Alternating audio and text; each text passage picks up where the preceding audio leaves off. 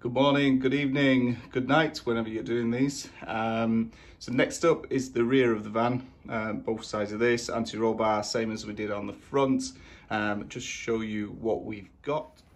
So we got the bottom spring seats, they're from Transport HQ, fairly cheap, less than £20. Got the springs, the shocks, the top mounts, which came from Stance Proline. These are the adjustable top mounts. Really important, they go on the bottom, then the spring, then the top mount, and obviously the shock absorbers. Then we've got the H&R anti-roll bar for the back. This came in the set with the front. It came with all the mountings, the new screws, the bushers to go with it, so you're good to go. So I think this is going to be much easier than the front of the van. There's less to do. It's not a fixed axle on the back, so we could do each side in turn for the springs and the shocks, but actually we're going to raise it up and put it on some axle stands and do both at the same time. Obviously the load has to be off the rear as well to get the anti-roll bar in. So let's give it a go. So the time is roughly about 9 AM here. 9:30 or something like that, so we'll time, see how long it takes. First time I've done it on a T5, so let's give it a crack. Right, bit of safety, put the front chocks under the wheels.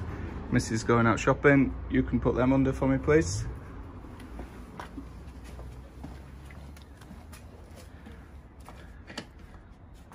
Good job, it's a good contribution to the system. So a little bit of a problem, my driveway each side of the van is quite thin, so I can't get the jack into the back straight enough to bring it up level. It's bending over the trolley jack. So what I'm going to do is move the van to one side of the drive, do one side of the suspension, move it to the other, do that side of the suspension, just because if anything goes wrong or I need any bolts or anything like that, then it's still at the bottom of my driveway. I don't want to move it all the way up here and block the other cars from getting on the driveway if I take it to bits. So I'll do that, and then I'll bring it up here, do the anti-roll bar up this end of the drive, because that should only take 20 minutes.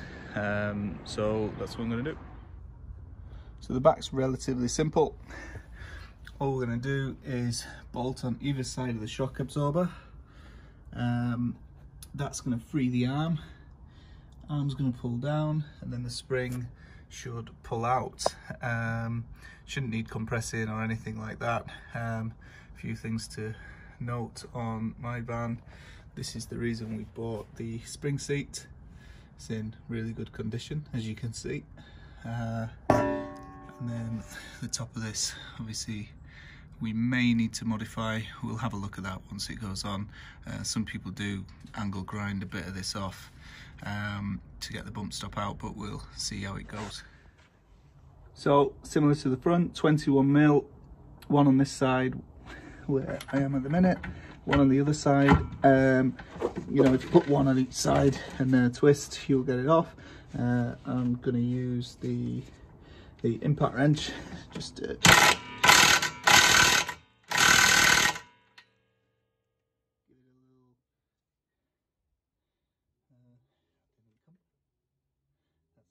bad picture of my little egg head through the side.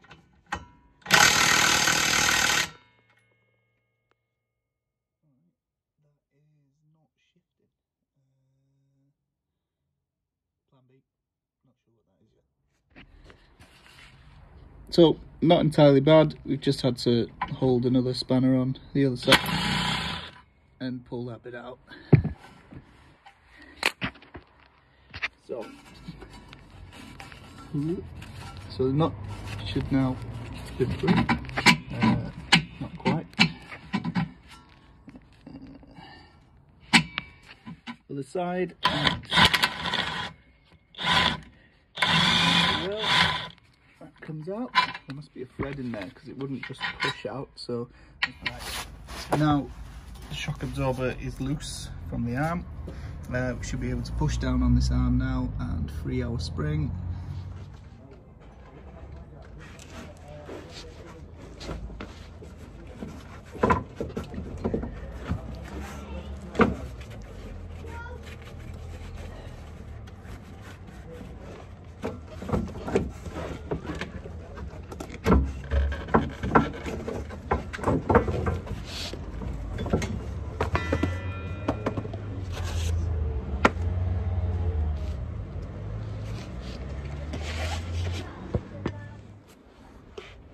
Right, so spring out, the top mount is here. That's the top mount we won't need with our new top mounts, which have come with the Stance Plus kit. That's to replace this, so done with that bit. This is obviously the spring seat, pretty perished. That might be to do with the weight. Obviously carrying around full conversion, but new ones from Transport HQ will go on there. They look like they're much better actually. Can't see any markings on them, so I don't know if they're the same ones or what. So last thing, spring, slightly different. Like I said, I don't actually know what brand these red springs I'm taking out are, but they're pretty bouncy. I mean, now I've got it on the ground, actually it's just stiff. It's not like I can put it under any pressure. So the reason I did that first, so I took the bottom bolt off the shock absorber, then I took the spring out, is so we've got a little bit more room to play with when we go for that top bolt on the shock absorber, which you can't quite get to, but it's here. So that top nut on here is 19mm, not the 21 like on the bottom. So I'm just getting a ratchet on it. There's no way I can get the impact wrench in there. So I'm just gonna give it a, oh, that's nice and tight. And there we go. So whilst we're here, I'll just show you the Stance Plus shock. I've driven the front whilst the front was low, and the shocks seem to be really good, to be fair. They come with the bump stops. It's up here somewhere. Shove that down. So the bump stop's already in the shock. These ones are adjustable, wound all the way down. So that should be pretty firm.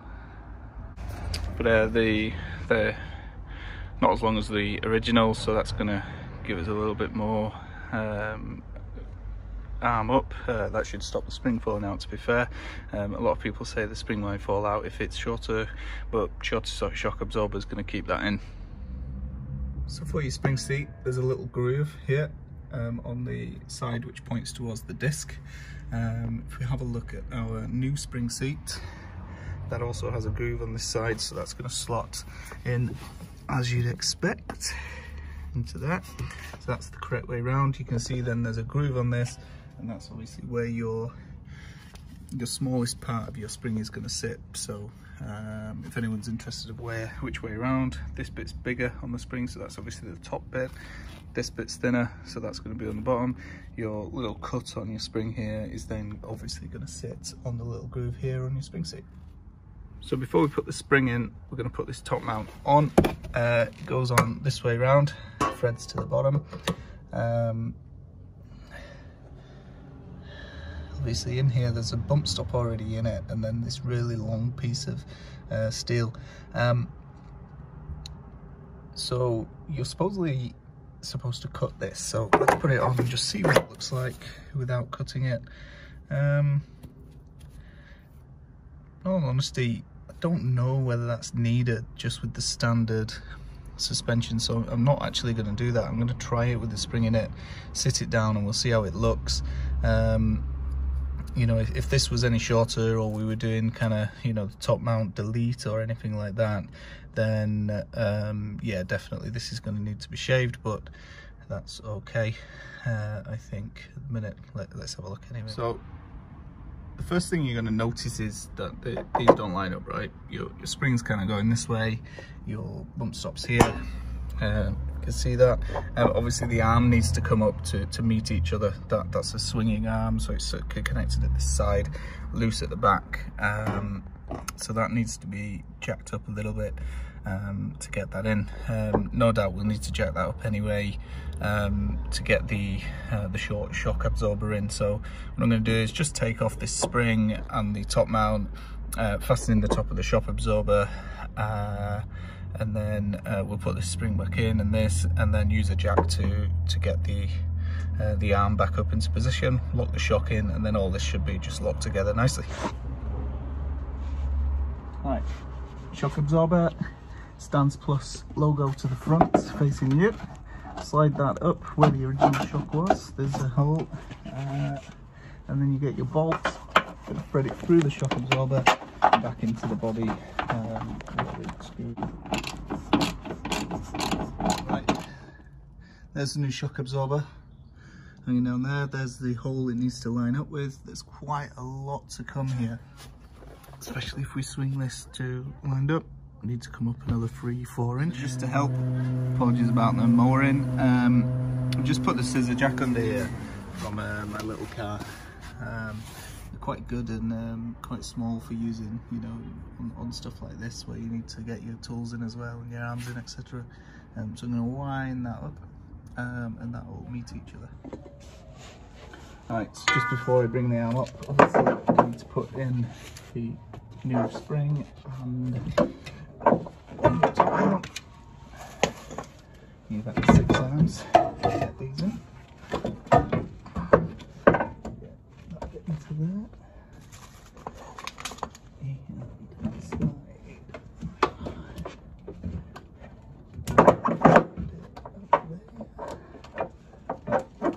Remembering to line up the spring into that little seat it's got. It's nicely done.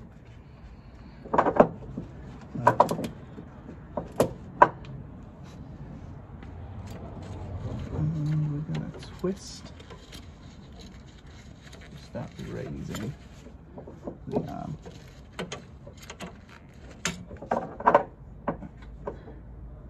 One of the things I'm noticing is the bump stop inside. Pull this out lightly. So you just pull out the little bump stop from the spring seat. Angle the spring towards the spring of the seat. Make sure everything's lined up, and I'm going to give it a twiddle on the jack to raise the arm.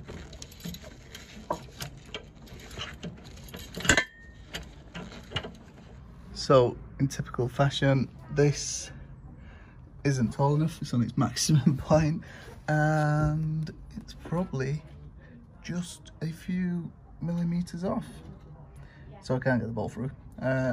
So it's just going to put an axle stand under here to stop it coming all the way down. That will stop the spring falling out of the seat. Obviously it's only falling out because I can't get this in place. And then I'll just put a little block of wood under this, give it some extra height, so I can get the holes lined up. Block of wood to give it the extra height. It's not on the full maximum anymore, and the holes lined up. So we can push then the bolt through, put on the nut this side and tighten them up, and that's one side done.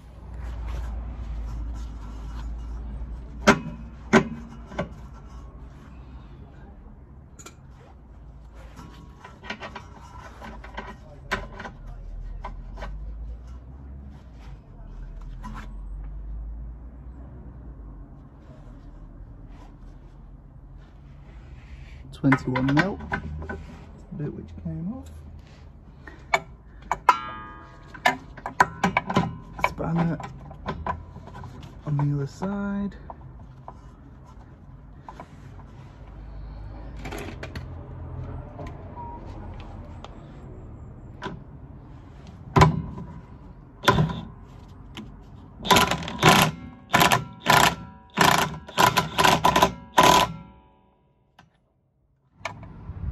So we're back in, as with the fronts. The axle's pretty straight now actually. It was hanging down this way before. One of the things I did do, if you can see that, I managed to get through this back part of the spring, the bump stop. So that's one side done. I'm not going to film the second side, obviously it's the same process but repeated on the left hand side. It does sit fairly low. Quite happy with the look at the minute, but I'll film the other side. Obviously we didn't do the anti-roll bar on this video. I'll just do a separate video for really fitting this rear anti-roll bar. just to make things simple for those who just want the suspension bits, etc. May even take it out actually before doing those anti-roll bars and give you an idea of what it feels like with just the coilovers on it. Yeah. Right, so one side of the van is finished. I've moved it over to the other side of the driveway. Same tools obviously for the other side, same procedures to take on and off the components. I've given this video hopefully with kind of warts and all, right. I didn't want it to be kind of all cut up so it looked like it was perfect first time. There was some things to learn, some things to try. So hopefully if you've watched this all the way through, it will help you, you know, get your suspension done first time. So we're all done on the second side. Just thought I'd wait to see how long it actually takes on the second side if you know what you're doing. And I started it at dead on 20 to 3 and it's now just about 1 minute to 3. So it's taken about 19 minutes. Obviously there's one bolt on the bottom of the shock, there's one bolt at the top of the shock. The spring is loose, so obviously as soon as that shock's out, you push your arm down and then the spring comes out. New spring in with the new seats, both the top mount, the adjustable top mount, and the bottom new seat from Transport HQ. Then obviously it's a case of just jacking up that arm till it meets the new shock, fastening it all together, put the wheel back on, drop it back down on the floor. All good. Sorry, one more thing. My sister says like and subscribe.